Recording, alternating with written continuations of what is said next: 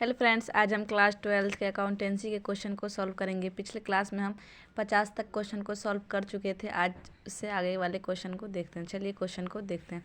पहले question number 51। ऋण पत्रधारी होते हैं कंपनी के स्वामी, कंपनी के ग्राहक, कंपनी के लेनदार, कंपनी के प्रवर्तक। तो इसका आंसर हो जाएगा सी ऑप्शन, कंपनी के लेनदार। Question number 52। ऋण पत्रधारी को मिलता है ऑप्शन ए लाभांश, बी ब्याज, सी लाभांश व ब्याज दोनों, डी लाभ। तो इसका आंसर हो जाएगा बी ऑप्शन, ब्याज।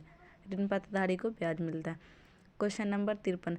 ऋण पत्र शोधन खाता पर प्रीमियम है ऑप्शन ए संपत्ति, बी दायित्व, सी व्यय, डी आय। तो इसका आंसर हो जाएगा बी ऑप्शन, दायित्व।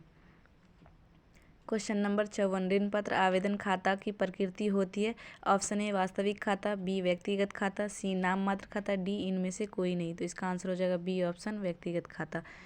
Question number 55। कंपनी की वार्षिक रिपोर्ट जारी की जाती है ऑप्शन ए संचालकों को, बी लेखकों को, सी अंशधारियों को, डी प्रबंधकों को। तो इसका आंसर हो जाएगा सी ऑप्शन, अंशधारियों को। Question number 56। स्थिति विवरण है ऑप्शन ए विवरण, बी खाता, सी ए और बी दोनों, डी इनमें से कोई नहीं। तो इसका आंसर हो जाएगा ए ऑप्शन, विवरण। Question number 57। वित्तीय विवरणों के निर्वचन में शामिल है ऑप्शन ए आलोचना एवं विश्लेषण, बी तुलना और प्रवृत्ति अध्ययन, सी निष्कर्ष निकालना, डी इनमें से सभी। तो इसका आंसर हो जाएगा डी ऑप्शन, इनमें से सभी। Question number 58।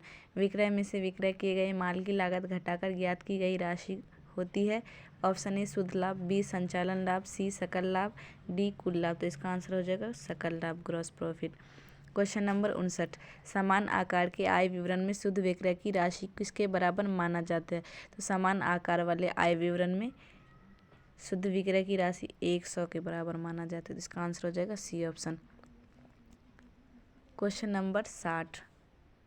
तरल संपत्तियों में सम्मिलित नहीं होता है ऑप्शन ए प्राप्त विपत्र, बी देनदार, सी रहतिया, डी बैंक शेष। तो इसका आंसर हो जाएगा सी ऑप्शन, रहतिया। तरल संपत्ति यानी लिक्विड एसेट जो तुरंत कैश में चेंज हो जाए। तो प्राप्त विपत्र वो भी कैश में बदल जाता है। देनदार में भी लेन देन होता रहता है तो वो भी कैश में हो जाता है। बैंक शेष, बैंक बैलेंस भी पैसे में बदल जाता है। रहतिया यानी स्टॉक जो है वो पैसों में नहीं बदलता है, वो जमा रहता है, तो वो तरल संपत्ति नहीं है।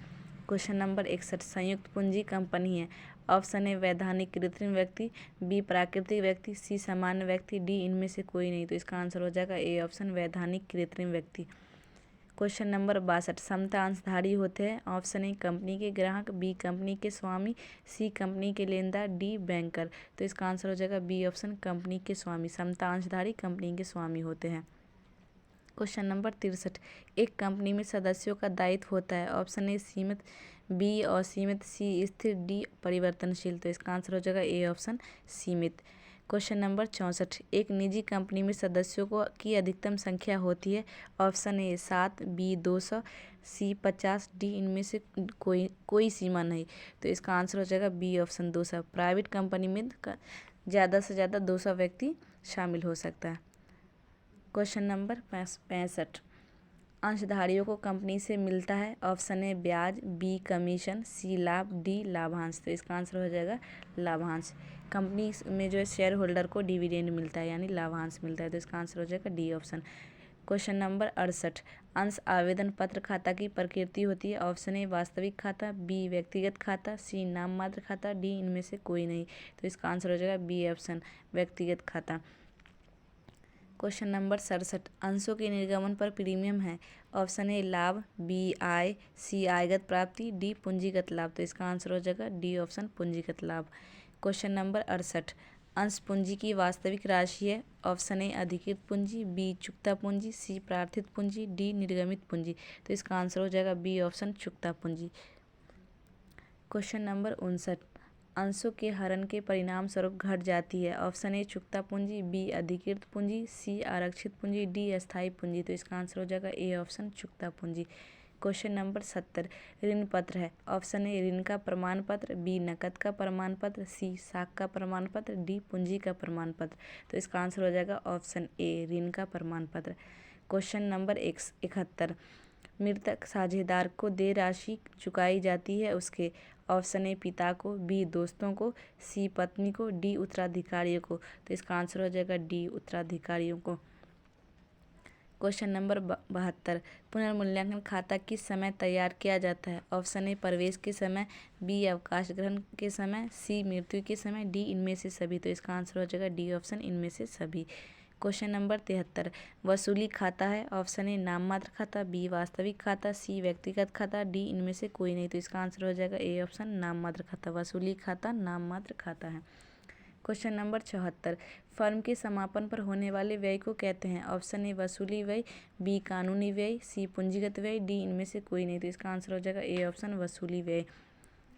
क्वेश्चन नंबर 75, फर्म के विघटन के समय साझेदारों के पूंजी खाते की क्रेडिट बाकी का भुगतान किया जाता है? ऑप्शन ए साझेदारों को, बी फर्म को, सी पत्नी को, डी इनमें से कोई नहीं। तो इसका आंसर हो जाएगा ए ऑप्शन, साझेदारों को। क्वेश्चन नंबर 76, कानूनी व्ययों को वसूली खाते के किस पक्ष में लिखा जाता है? ऑप्शन ए दायित्व, बी डेबिट, सी संपत्ति, डी क्रेडिट। तो इसका आंसर हो जाएगा बी ऑप्शन, डेबिट पक्ष में लिखा जाता है। क्वेश्चन नंबर 77, फर्म के विघटन के समय संपत्तियों का पुस्तकीय मूल्य वसूली खाते के किस पक्ष में लिखा जाता है? ऑप्शन ए डेबिट पक्ष, बी क्रेडिट पक्ष, सी दायित्व पक्ष, डी संपत्ति पक्ष। तो इसका आंसर हो जाएगा ए ऑप्शन, डेबिट पक्ष।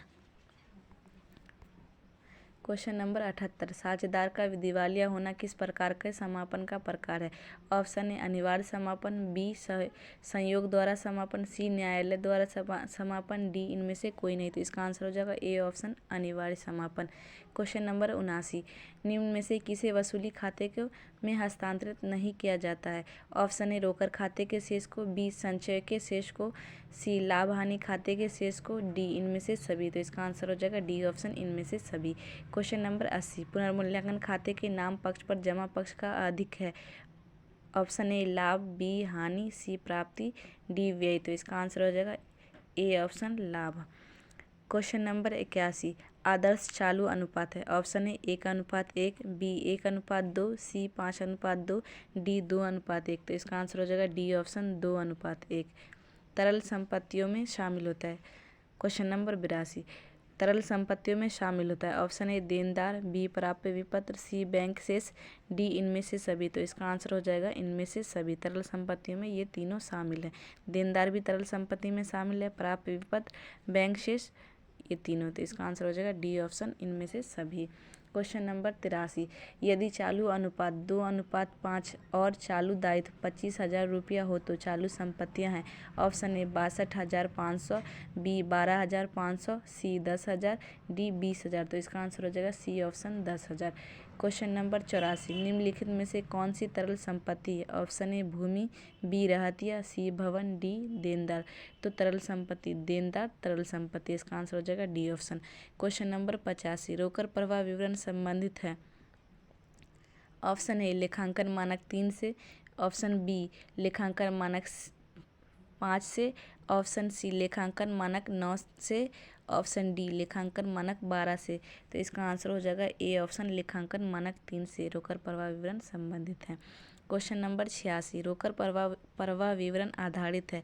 ऑप्शन ए लेखांकन के रोकड़ आधार पर, बी लेखांकन के उपार्जन आधार पर, सी ए और बी दोनों के आधार पर, डी इनमें से किसी के आधार पर नहीं। तो इसका आंसर हो जाएगा ए ऑप्शन, लेखांकन के रोकड़ आधार पर। क्वेश्चन नंबर 87, नकद बिक्री है? ऑप्शन ए परिचालन क्रियाएं, बी विनियोजन क्रियाएं, सी वित्तीय क्रियाएं, डी इनमें से कोई नहीं। तो इसका आंसर हो जाएगा ए ऑप्शन, परिचालन क्रियाएं। क्वेश्चन नंबर 88, निम्न में से कौन सा रोकड़ का उपयोग नहीं है? ऑप्शन ए देनदारों में वृद्धि, बी स्टॉक में वृद्धि, सी लेनदारों में वृद्धि, डी पूर्वदत्त व्ययों में वृद्धि। तो इसका आंसर हो जाएगा सी ऑप्शन, लेनदारों में वृद्धि। क्वेश्चन नंबर 89, निम्न में से कौन सा रोकड़ का स्रोत नहीं है? ऑप्शन ए ऋण पत्रों का निर्गमन, बी अस्थायी संपत्ति का क्रय, सी अस्थायी संपत्ति का विक्रय, डी संचालन के से कोष। तो इसका आंसर हो जाएगा बी ऑप्शन, अस्थायी संपत्ति का क्रय। क्वेश्चन 90, निम्न में से कौन सा गैर संचालन व्यय है? ऑप्शन ए किराया, बी बिक्री व्यय, सी मजदूरी, डी मशीनरी विक्रय पर हानि। तो इसका आंसर हो जाएगा डी ऑप्शन, मशीनरी विक्रय पर हानि। क्वेश्चन नंबर 91, यदि नया साझेदार अपने हिस्से की ख्याति की राशि रोकड़ में लेता है तो उस राशि को डेबिट करेंगे? ऑप्शन ए ख्याति खाते में, बी नए साझेदार के पूंजी खाते में, डी रोकड़ खाते में, सी रोकड़ खाते में, डी पुराने साझेदारों के पूंजी खाते में। तो 91 का आंसर हो जाएगा सी ऑप्शन, रोकड़ खाते में। क्वेश्चन नंबर 92, नए साझेदार के प्रवेश के बाद तैयार किए गए आर्थिक चिट्ठे में संपत्ति और दायित्वों को अभिलेखित करते हैं। ऑप्शन ए मौलिक मूल्य पर, बी चालू लागत मूल्य पर, सी वसूली योग्य मूल्य पर, डी पुनर्मूल्यांकित मूल्य पर। तो इसका आंसर हो जाएगा डी ऑप्शन पुनर्मूल्यांकित मूल्य पर। क्वेश्चन नंबर 93 सभी साझेदारों के संयुक्त जीवन पर ली गई बीमा पॉलिसी है। ऑप्शन ए संयुक्त जीवन बीमा पॉलिसी, बी एकमात्र जीवन पॉलिसी, सी फर्म की जीवन पॉलिसी, डी इनमें से कोई नहीं। तो इसका आंसर हो जाएगा ए ऑप्शन संयुक्त जीवन पॉलिसी। क्वेश्चन नंबर 94 ए, बी और सी 1/3, 1/2, 1/3 और 1/6 के अनुपात में लाभों का विभाजन करते हैं। सी की मृत्यु हो जाती है और ए और बी का नया अनुपात होगा। Option A 3:2, option B 2:3, option C 2:1, D इनमें से कोई नहीं। तो इसका आंसर हो जाएगा ए ऑप्शन 3:2।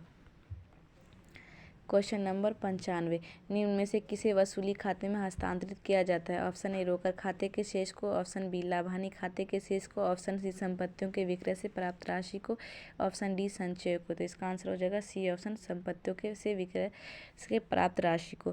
क्वेश्चन नंबर 96 विघटन व्ययों को वसूली खाते के किस पक्ष में लिखा जाता है। ऑप्शन ए डेबिट पक्ष, बी क्रेडिट पक्ष, सी दायित्व पक्ष, डी इनमें से सभी। तो इसका आंसर हो जाएगा ए ऑप्शन डेबिट पक्ष।